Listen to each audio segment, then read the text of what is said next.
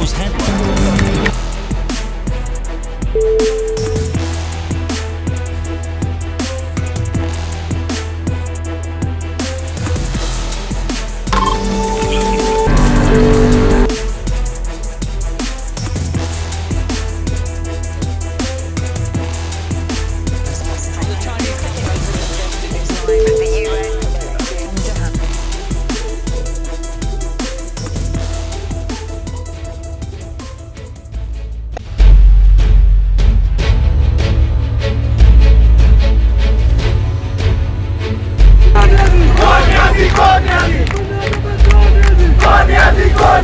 अस्सलाम वालेकुम नाजरीन, सलाम न्यूज़ में अली अमजद चौधरी का सलाम कबूल कीजिए। मुल्की हालात आए दिन बदलते जा रहे हैं। पीडीएम की तरफ से गुजरावाला में जलसे के बाद सूरत हाल इंतहाई इस वक्त तशवीशनाक दिखाई दे रही है। पाकिस्तान मुस्लिम लीग नून के बानी, पाकिस्तान मुस्लिम लीग नून के सरबराह मियां नवाज शरीफ की गुजरावाला के स्टेडियम में जो तकरीर थी, जो खिताब था, और उसमें हदफ तनकीद बनाया गया पाक फौज को, बराह रास्त तौर पर निशाना बनाया गया। पाक फौज के सरबराह जनरल बाजवा को भी बराह रास्त निशाना बनाया गया। उसके बाद दूसरे दिन टाइगर फोर्स की कन्वेंशन सेंटर इस्लामाबाद में तकरीब में वजीर आजम पाकिस्तान जनाब इमरान खान साहब की तरफ से एक भरपूर जवाबी रद्द अमल जो है वो सामने आया। और उसके बाद कहा जा रहा है कि सूरत हाल इस वक्त सियासी जो दर्जा हरारत है वो इंतहाई बुलंद है। सूरत हाल किस तरफ जा सकती है, क्योंकि पीडीएम के जलसों की एक सीरीज है जो अभी तक बाकी है। ये जलसा जो गुजरावाला से शुरू हुए थे, कराची के अंदर होने जा रहा है, उसके बाद मुल्क के मुख्तलिफ शहरों में ये जलसे होंगे। सूरत हाल किस तरफ जा रही है, पाकिस्तान मुस्लिम लीग नून को बैन करने के हवाले से भी कुछ आवाजें जो है, कुछ सरगोशियां जो है वो शुरू हो चुकी हैं। ये भी कहा जा रहा है कि पाकिस्तान मुस्लिम लीग नून को बैन भी किया जा सकता है, पीडीएम के जलसों पर पाबंदी भी लगाई जा सकती है, और मियां नवाज शरीफ की तकरीर के बाद मुकदमात भी दर्ज किए जा सकते हैं। वज़ीर आज़म पाकिस्तान ने अपने खिताब के दौरान एक इशारा भी दिया, और उनका इशारा ये था कि पाकिस्तान मुस्लिम लीग नून के सरबराह को न सिर्फ जेल में डाला जाएगा, बल्कि उन्हें वो बी क्लास की जो सहूलियात या ए क्लास की जो सहूलियात है उनसे भी महरूम रखा जाएगा, उन्हें वो सहूलियात फराहम नहीं की जाए।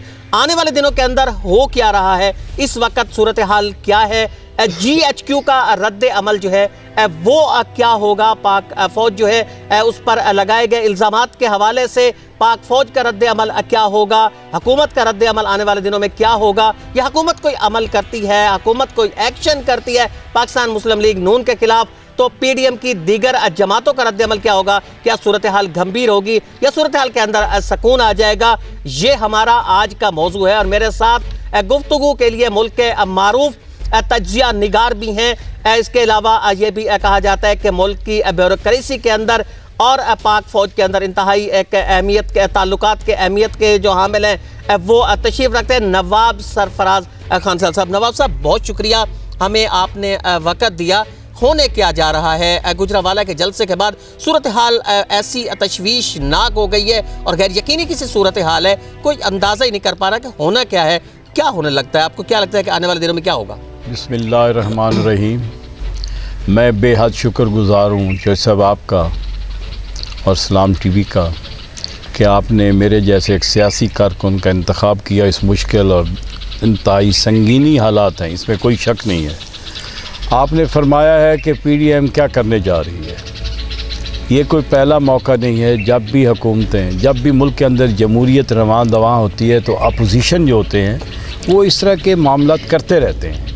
लेकिन जो हुकूमत है, जैसे आपने कहा कि कमर जावेद बाजवा को उन्होंने तनकीद का निशाना किया और जनरल फैज़ हमीद साहब पे तनकीद की दिया मियां नवाज शरीफ साहब ने, इसमें दो राह नहीं है कि मियां मोहम्मद नवाज शरीफ साहब एक बहुत बड़े कौमी लीडर हैं और बहुत बड़ी जमात के सरबराह हैं। जनरल कमर जावेद बाजवा पे जो मियां साहब ने फरमाया है उसका जवाब मियां साहब से लें, लेकिन एक सियासी कारकुन होने की हैसियत से, एक पाकिस्तानी होने की हैसियत से मैं बड़े ही अदब से दरख्वास्त करूंगा मियां नवाज शरीफ साहब सदर बानी मुस्लिम लीग की खिदमत में कि मैं समझता हूं, मैं आपकी सोच को भी वाकिफ़ हूं, मैं आपके तफ़ज़ात से भी इत्तफ़ाक़ करता हूं, लेकिन बेबहा ऐसी चीज़ें हैं जो मेरे नोटिस में हैं, लेकिन इसके बावजूद फ़ौज को इस तरह नहीं कहना चाहिए। फ़ौज के लिए नरम गोशा रखना चाहिए। ये वही फ़ौज है जिसने 47 से लेके आज तक पाकिस्तान में सैलाब आता है तो फ़ौज, रेवेन्यू इकट्ठा करना है तो फ़ौज, रेलवे नहीं चलती तो फ़ौज, वापडा नहीं चलती तो फ़ौज, लॉ एंड ऑर्डर नहीं है तो फ़ौज, इलेक्शन करवाने हैं तो फ़ौज। आखिर फ़ौज से नफ़रत मेरी समझ से बाहर है। जहाँ तक पूरी अफवाज पाकिस्तान का ताल्लुक़ है, मियाँ साहब ने पूरी फ़ौज को तनकीद का निशाना नहीं बनाया। फ़र्द वाहिद 2 बंदे, जिनके अंदर जनरल कमर जावेद बाजवा और जनरल फैज़ हमीद साहब को बनाया गया है। इनका जवाब हमारी मौजूदा हुकूमत को देना चाहिए। जनरल जावेद बाजवा की ज़िम्मेदारी भी नहीं है, जनरल फैज़ हमीद साहब की ज़िम्मेदारी भी नहीं है। ये ज़िम्मेदारी है तरीक़ इंसाफ की हुकूमत में। और मैं सोचता हूँ कि आखिर ये अपोजिशन जमातें जो एक पेज पे आई हैं, 2-2.5 साल की काविश के बाद आई हैं हुकूमत के अंदर, इसमें दो राह नहीं है कि इमरान खान साहब बज़ाते खुद इंतहाई दयानतदार और पाकिस्तानी हैं। इस बात से मैं कभी इनकार नहीं करूँगा। लेकिन इमरान खान की टीम नालायक है, बेरहम है, करप्ट है। उसको अपनी टीम को मैंने आज नहीं, मैं 2 महीनों से चिल्ला रहा हूँ। जब मियाँ प्राइम मिनिस्टर साहब ने ओथ लिया था उसके फ़ौरन बाद मैंने कहा था कि टीम के इंतखाब गलत है। इमरान खान को गुस्सा और ज़िद से निकल कर पाकिस्तान को सोचना चाहिए और अपनी टीम बदलनी चाहिए। और अपोजिशन से मुज़ाकरात जमहूरियत का हुस्न है, गुस्सा नहीं होना चाहिए। नवाब साहब, मौलाना फजलुर रहमान साहब की तरफ से एक बयान आया जनरल बाजवा साहब के हवाले से कि जनरल बाजवा जब कैप्टन थे तो मौलाना फजलुर रहमान साहब उस वक्त भी पार्लियामेंट का हिस्सा थे। उसके बाद पीडीएम के जलसे जिसके सरबराह भी मौलाना फजलुर रहमान साहब हैं, मियाँ नवाज शरीफ का बयान आ गया। लगता क्या है ऑपोजिशन किस तरफ जा रही है? क्या ऑपोजिशन एक दो बदू जंग की तरफ अब आ गई है सामने? मैं जंग तो थी इनकी इमरान हुकूमत के साथ, लेकिन सियासतदान मौलाना फजलुर रहमान, इसमें कोई शक नहीं है, बड़े ज़ीरक, बड़े समझदार और मुंजे हुए सियासतदान हैं। और मुफ्ती मामूद साहब रहमतुल्लाह अलैह के साहबजादे हैं।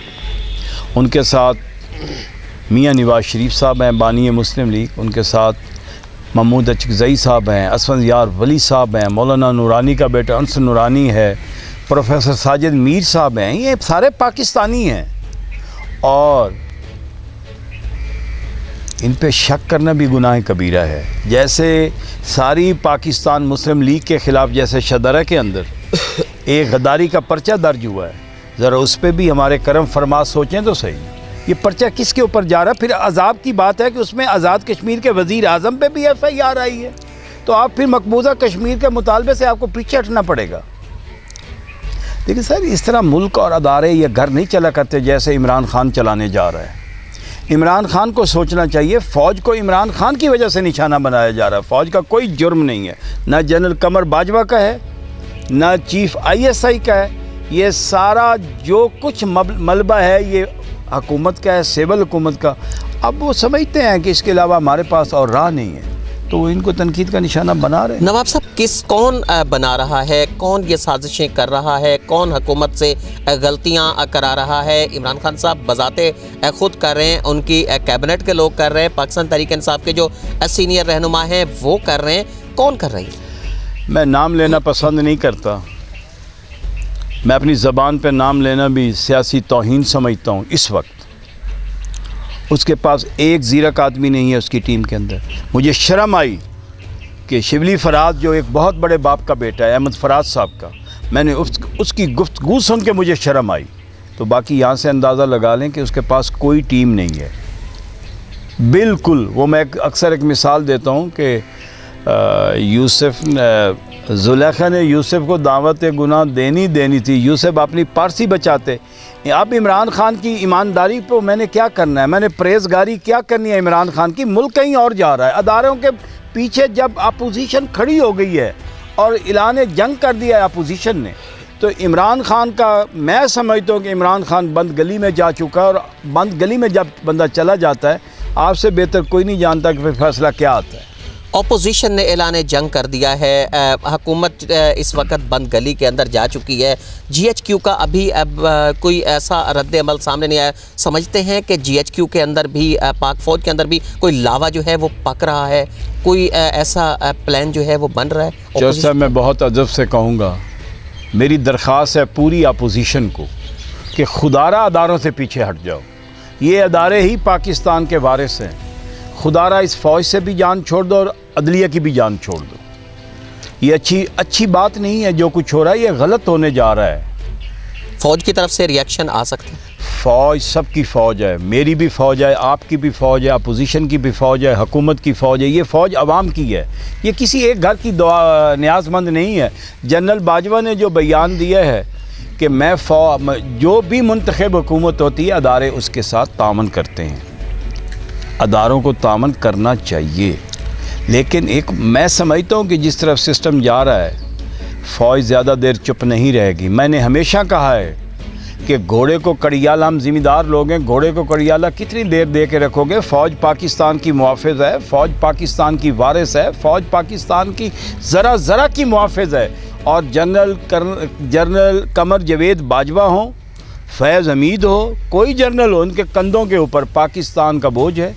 वो पाकिस्तान के ज़ामिन हैं, वो पाकिस्तान की सलामती के ज़ामिन हैं, वो पाकिस्तान के चप्पे चप्पे के वारिस हैं। नवाब साहब, फ़ौज का रद्द अमल किस हद तक शदीद हो सकता है? फ़ौज किस हद तक जा सकती है? ये कहना मुझे नहीं चाहिए, लेकिन मैं कह देता हूँ कि फ़ौज के अंदर एक बहुत अपना अच्छा अदारा है एहतसाब का। फ़ौज अपने लोगों का एहतसाब करती है और फ़ौज को डिक्टेशन न दें ये सियासतदान। रद्द अमल फ़ौज का तो आपके सामने है कि जनरल परवेज़ मुशर्रफ को जब घसीटा गया तो फ़ौज ने अपने चीफ़ को बचाया। फील्ड मार्शल आगा याह्या खान साहब आपके सामने है, सिकंदर मिर्ज़ा आपके सामने है, जनरल नियाज़ी आपके सामने है। जब फ़ौज का एक अपना प्रोसेस है एहतसाब का, फ़ौज के अंदर एक बहुत बड़ा एहतसाब का अदारा है। अब भी जर्नल सज़ाए मौत हैं, general brigadier major general level के अफसर नज़रबंद हैं, उनका कोर्ट मार्शल हुए हैं। यार फ़ौज को छोड़ें आप, फ़ौज हमारी है। गलती मेरे से भी हो सकती है, जनरल कमर जावेद बाजवा से भी हो सकती है, गलती किसी से भी हो सकती है।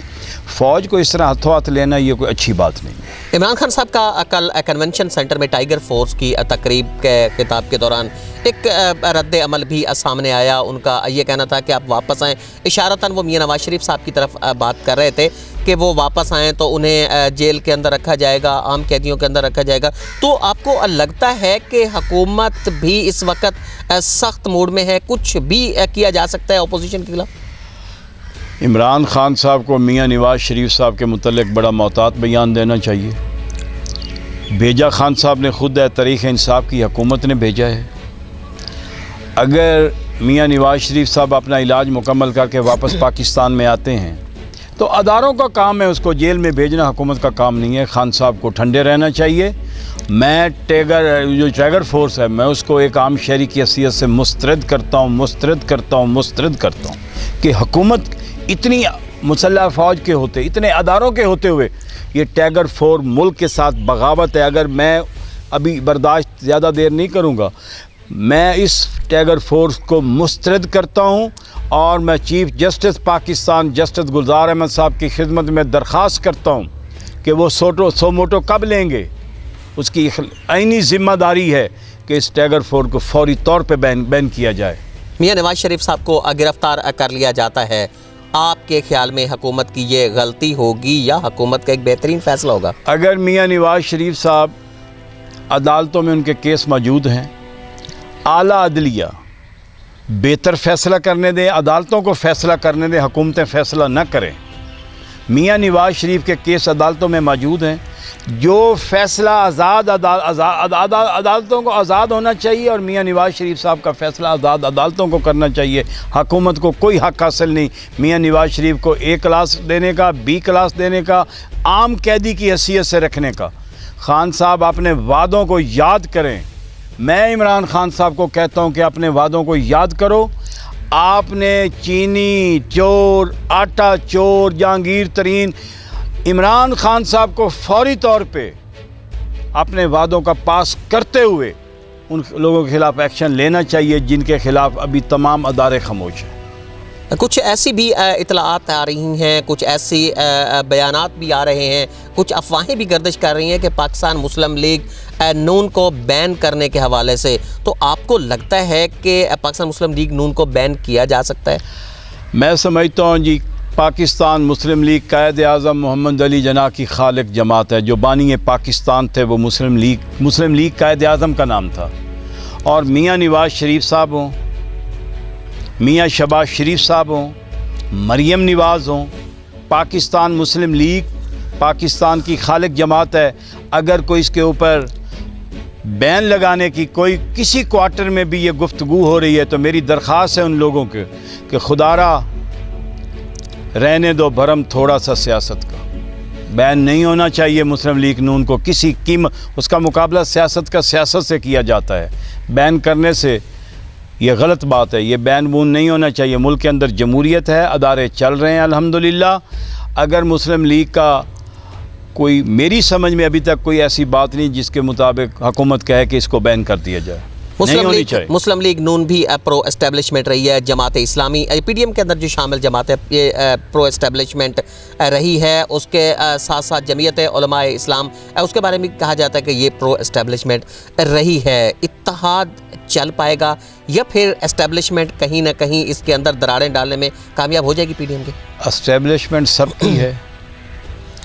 हुकूमत में जो बैठे हुए हैं वो भी एस्टेब्लिशमेंट, उनका भी एस्टेब्लिशमेंट शफकत का हाथ रखती है। जो अपोजिशन में जमाते हैं सारी प्रो एस्टेब्लिशमेंट हैं। एस्टेब्लिशमेंट हमारी है, हम एस्टेब्लिशमेंट के हैं। फ़ौज हमारी है और हम फ़ौज के हैं। इसमें क्या दो राह है? कोई दो राह नहीं है। आने वाले दिनों में होगा क्या? जलसे पीडीएम अभी तक अपने जारी रखे हुए, कराची के अंदर भी जलसा जो है वो किया जा रहा है। उसके बाद मुख्तलिफ शहरों के अंदर जो है होगा क्या आइंदा आने वाला आपको मंजरनामा किस तरीके से दिखाई दे रहा है? कोई तसादुम की फ़िज़ा है या माहौल जो है फिर से एक पीसफुल पुरसकून हो जाएगा? नहीं, एक सियासी कारकुन की हैसियत से मैं अर्ज़ करूँगा कि जो 18 तारीख का जलसा है वो बहुत बड़ा जलसा होगा।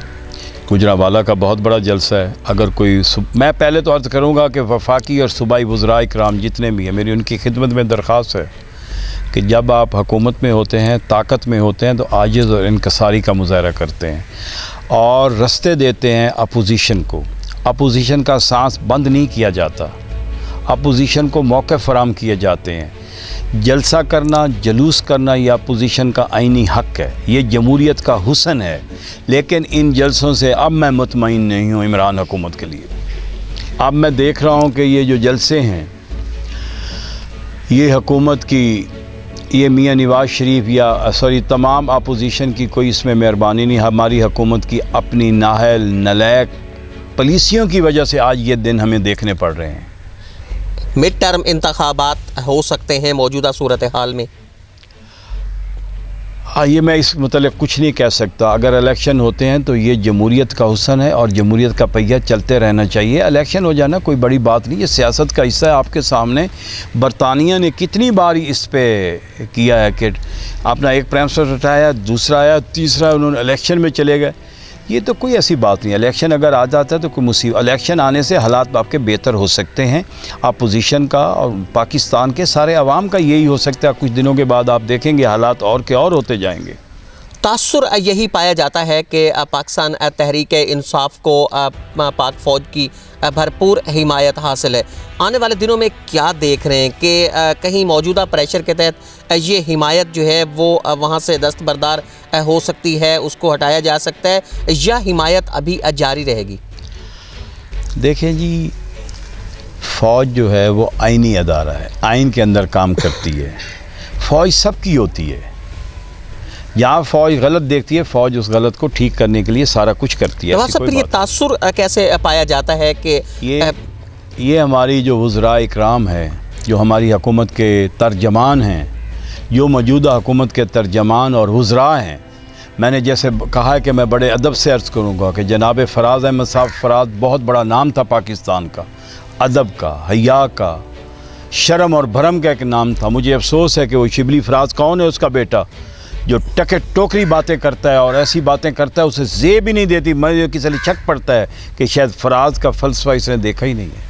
गुज़िश्ता आम इंतखाबात में मुदाखलत नहीं हुई, जिसके बारे में अपोजिशन की जमातें अमूमी तौर पर कहती हैं कि खुफिया हाथ जो खलाई मखलूक, ये सब नाम जो है ये दिए जाते हैं, तो आप समझते हैं कि इनका किरदार नहीं था गुज़िश्ता आम इंतखाबात? देखिए, फ़ौज इलेक्शन में मुदाखलत नहीं करते। फ़ौज इलेक्शन पुरअमन कराने की कोशिश करती है और अफवाज पाकिस्तान अपनी आइनी ज़िम्मेदारी निभाती है। अगर किसी क्वार्टर में कोई ऐसा काम होता है तो उसमें फ़ौज का अमल दखल नहीं है। नौब साहब, कौमी असम्बली में कायदे हिज़्ब इख्तलाफ मियां शहबाज शरीफ साहब को गिरफ़्तार किया गया। समझते हैं कि ये फ़ैसला हुकूमत को किस तरफ ले जा सकता है, डिस्टेबिलिटी की तरफ ले जा सकता है, किस तरफ ले जा सकता है? जो leader of the house opposition leader होता है वो इमीडिएटली प्राइम मिनिस्टर का कैंडिडेट होता है, और मैं समझता हूँ कि मियां शहबाज शरीफ साहब को हाउस में रहना चाहिए था। और हमारी आला अदालतों से भी दरख्वास्त है और मेरी हुकूमत से भी दरख्वास्त है कि मियां शहबाज शरीफ साहब को पूरा मौका देना चाहिए असम्बली के अंदर, और लीडर ऑफ अपोजिशन जो है उसको हर कीमत पे बाइज़्ज़त रिहा करना चाहिए। महंगाई जो है ख़ासी हद तक बढ़ती जा रही है, लोगों की सूरत हाल महंगाई की वजह से इंतहाई ज़्यादा ख़राब भी है। इमरान खान साहब जो हैं वो कह रहे हैं कि महंगाई कम होगी, आटे की कीमत जल्दी कम होगी, चीनी की कम होगी। आपको लगता है नवाब साहब कि ये वाकई ये कम हो सकती है? देखें जी, इमरान खान की अपनी ज़ात कोशिश कर रही है, लेकिन ज़मीनी हक़ैक़ हैं कि बिल्कुल महंगाई ज़ोरों पे है, और मैं अगले चंद दिनों में महंगाई को और ऊपर देख रहा हूँ। और जिस तरह मियां शहबाज शरीफ साहब की मैं बात अर्ज़ कर रहा हूँ, इसी तरह मैं हमज़ा शहबाज के लिए भी दरख्वास्त करता हूँ कि हमज़ा शहबाज को भी रिहा कर देना चाहिए। 16 महीने से वो जेल में पड़ा हुआ है, कुछ हासिल नहीं हुआ, और मियां हमज़ा शहबाज शरीफ को रिहा करके उसे भी अपोजिशन का पंजाब असम्बली में मौका मिलना चाहिए, और उसे बिल्कुल इनको खुला छोड़ देना चाहिए। और इमरान साहब को मौजूदा प्राइम मिनिस्टर और तहरीक इंसाफ की हुकूमत को बड़ी एहतियात बरतनी चाहिए, और उनको अपोजिशन को बिल्कुल कुछ नहीं कहना चाहिए। लगता है कि पीडीएम का अलाइंस आइंदा इंतखाबात के अंदर एक इत्तेहाद की सूरत में भी आ सकता है, या फिर से ये जमातें डिस्पर्स हो जाएंगी? मेरा ख्याल है कि ये इंतखाब एक पेज पे लड़ सकते हैं, और इनको जिस तरीके से हमारी हुकूमत इनके साथ इनको टेस्टर लगा रही है, शायद कि ये इलेक्शन भी एक पेज पे लड़ सकते हैं, ऐसी कोई बात नहीं। पाकिस्तान तहरीक इंसाफ का मुस्तकबिल क्या होगा? देखिए, मुस्तकबिल पाकिस्तान तहरीक इंसाफ, इमरान खान की जमात, इमरान खान है तो तहरीक इंसाफ है, मैंने से इमरान खान PTI कोई नहीं है। यानी आप के ख्याल में पाकिस्तान तहरीक इंसाफ अभी तक अपनी जड़ें जो है वो मजबूत नहीं कर सकी? बिल्कुल, आवाम के अंदर पाकिस्तान तहरीक इंसाफ हुकूमत, जिस दिन इमरान खान साहब को मैंडेट मिला था उस दिन ना कोई PDM था, ना कोई अपोजिशन थी, सिर्फ खान इमरान खान साहब थे। लेकिन इमरान खान साहब ने अपने इस 2.25 साल दौर में इमरान साहब पे इतनी तन्हाई मुसल्लत है, सियासी इतनी तन्हाई मुसल्लत है, मैंने अपनी ज़िंदगी में, मैं जनेजो साहब से लेके आज तक इतनी सियासी तन्हाई नहीं देखी जितनी खान साहब पे है। इमरान खान साहब, जहांगीर तरीन साहब जो हैं उनके दरमियान कहा जा रहा था कि कुछ दरारें हैं, कुछ पुर हुई दरारें कि अभी तक वैसे बरकरार हैं।